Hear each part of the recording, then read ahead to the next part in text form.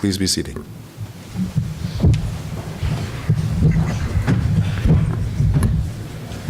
Good evening, everyone. I want to welcome you to the 11th Annual Joint San Diego ROTC Blessing Combat Leadership Panel. That's a mouthful, isn't it? I'm Joyce Gaddis, and I'm the Dean of the College of Professional Studies and Fine Arts. And on behalf of PSFA, I want to tell you how very pleased I am to have you all here tonight, especially to participate in this really wonderful event. As dean of a college that's the most diverse and varied in the entire university, I can't tell you how much pride I take in having the ROTC programs in this college. You enrich our lives in so many ways every day. You know, we just had a chance to meet and have dinner with 4 graduating seniors, and I asked them the question, what was it about the ROTC program that was different than training that students get at a university? And the things I heard were, it's the leadership training, it's the camaraderie, it's the discipline, it's the problem solving we get to do, it's the critical thinking, it's taking care of the next generation. After this meal, I thought, I wish every person that goes to university could have ROTC training, because the world would be a lot better place to have that. So again, I have to tell you that I appreciate that. And of course, we at the university appreciate the opportunity to contribute to your learning and your personal development before you leave here to go across the globe. And just in a few short weeks, in May, you'll be graduating. We'll have commencement ceremonies and commissioning ceremonies, and they both have their big moments of transition. I can't tell you how important and how much I appreciate attending all those commissioning ceremonies, and thank you ahead of time for the service that you intend to give to our country. Greatly appreciate that. Though I have to tell you, the Combat Leadership Panel dates back to 2008. I've been here for every one of those. And it has become such an important part of preparing you for the future and helping us, all of us who are not in the military, to understand the challenges that you will encounter after your commission and when you begin your service. So before we meet our panel and our moderator, I do want to welcome some special guests. The civilian aide to the Secretary of the Army for Southern California, Mr. Richard W. Pasco. Would you please stand?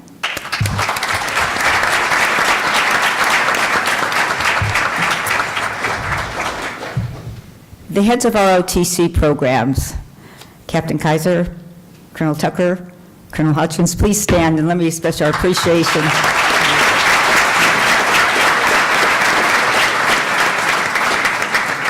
And I have to give the most special welcome and appreciation to the person that gives his full support and passion to this program, and that's Mr. Ed Blessing. Please stand and let us appreciate.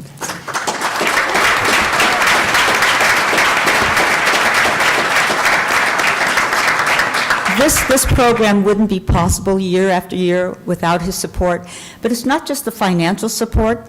This man flies in from Texas so that he can be here for this program.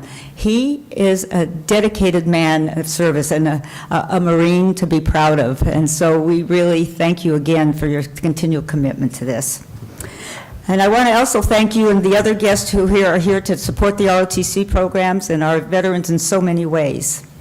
So last and not least, of course, are the panelists, and to our senior class of ROTC cadets, midshipmen, and officer candidates. This event is really for you, and I hope you leave here tonight feeling a bit more prepared and for the work that lies ahead. I know every time I attend, I've learned something. I've learned so much, and I think those of us who've been in attendance for a long time really appreciate this kind of a panel. It's one of my favorite events of the year. So at this time, I'm very pleased to introduce tonight's moderator, retired United States Marine Colonel Tom Collin. Now, this is a person that's also been, I think, with me. Tom, where are you? Tom has, I think, been here for all of these sessions. And, you know, once a Marine, always Marine. This is Tom Collin. He is just a man that has a passion, and he's a military historian. He eats, sleeps, drinks material. I don't know about to talk about the drinks part, but but he is the most thoughtful leader. His preparation for these panels and the thoughtful questions he asks is just something that I find very rewarding, and really appreciate your continual commitment to being here. So let me just tell you a little bit about where he's been. So Colonel Collin was commissioned in 1971 and served in various aviation assignments. He was on the faculty at the Marine Command and Staff College as NATO Director of Special Operations and Amphibious Warfare, and finally as the last commander of Marine Corps Station Tustin and the first commander of Marine Corps Air Station Miramar. And he has many stories to tell about commanding the first air station at Miramar. So since retiring in 2001, Colonel Collin has been an adjunct faculty member of the College of Continuing Education and currently serves as the Chief of Staff for Marine Corps Installations West. So I'm very pleased to always welcome you back, and please give a big hand for Colonel Collin.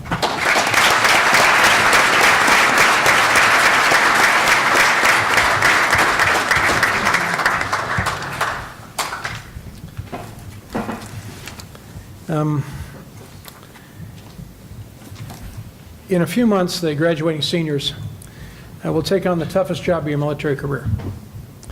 And the reason it's the toughest is because the most will be demanded of you when you are the least prepared. That doesn't mean you won't have hard jobs later.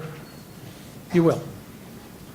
But the toughest because in spite of the great preparation your ROTC professors and staff have given you, the experience of leading your peers, a very tough job, especially without the backstay of military discipline and UCMJ. You have only your personal persuasive powers. Very tough job. But the first time you put on the cloth of the nation and stand in front of the people that you will be in charge of and responsible for and leading and motivating and molding will be an extremely difficult challenge. What we seek to do here tonight is to provide you some things to think about to make that transition easier, no matter what occupation field you're going to be in. So we call it the Combat Leadership Panel because that's the traditional name. But it's the leadership panel. It's about leading people. It's not about leading a platoon of infantry or a squadron of aircraft or a division of sailors. It's about leading people who must come together under your guidance to produce the outcome that's necessary for the nation. I want to read you, I'll read you two quotes tonight. The first one doesn't come from an American. It comes from a British Field Marshal, Bernard Law Montgomery, who some of you may recall as the ground commander at Normandy, and then the British general that led the British forces in the reconquest of Europe. This is what he has to say about the journey you're about to embark upon. Ladies, he wrote it in the days when he implied he and she. So for accuracy, I'm just going to read it as he wrote it. The first thing a young officer must do when he joins a unit is fight a battle. That battle is for the hearts of his people. If he wins that battle, his people will follow him anywhere. If he loses it, he will never do any real good. It's as true today as it was when Sun Tzu wrote something similar in about 450 BC, or when John A. Lejeune wrote it in 1921. We'll get to that stuff a little later. But that's what we're about here, is helping you with that transition in the toughest period of your career, no matter how long it is. Okay, so let me introduce our panel. First, Lieutenant Commander Stoner, United States Navy. As a surface warfare officer with a cruiser-destroyer background, she was the chief engineer on a destroyer, no small task, and then served in the Office of Legislative Affairs and currently serves on the staff of the Naval Surface Forces Pacific. Next, Major Jepson, Military Intelligence, United States Army, is a human specialist, served all over the country, all over the world rather, Germany, Afghanistan, and has done a tour as an explosive ordnance disposal officer. She is currently attending the Army Command and General Staff College, the short course at Fort Leavenworth. Next, Captain McGill, United States Marine Corps, an F-18 pilot, 2 deployments to the Western Pacific, and currently is the Quality Assurance Officer in the Maintenance Department of VMFA 232 at Miramar. Then Lieutenant Melendez, United States Marine Corps, also a surface officer.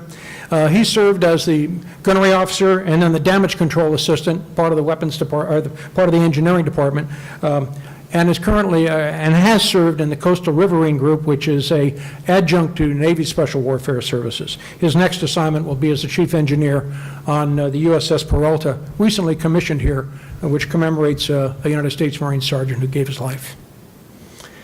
Finally, Captain Klopfer, United States Air Force, is a combat controller, tactical air control party, fires, effects cell, air liaison officer, and a fires augmentation team leader with lots of combat time. He currently serves in the Joint Special Operations Command. So that's your panel tonight. We've asked them to focus on the first couple of years of their experience. And with that, I'm going to begin with one of the questions that came from, all the questions come from you, by the way.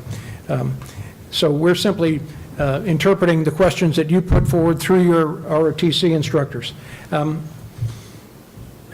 So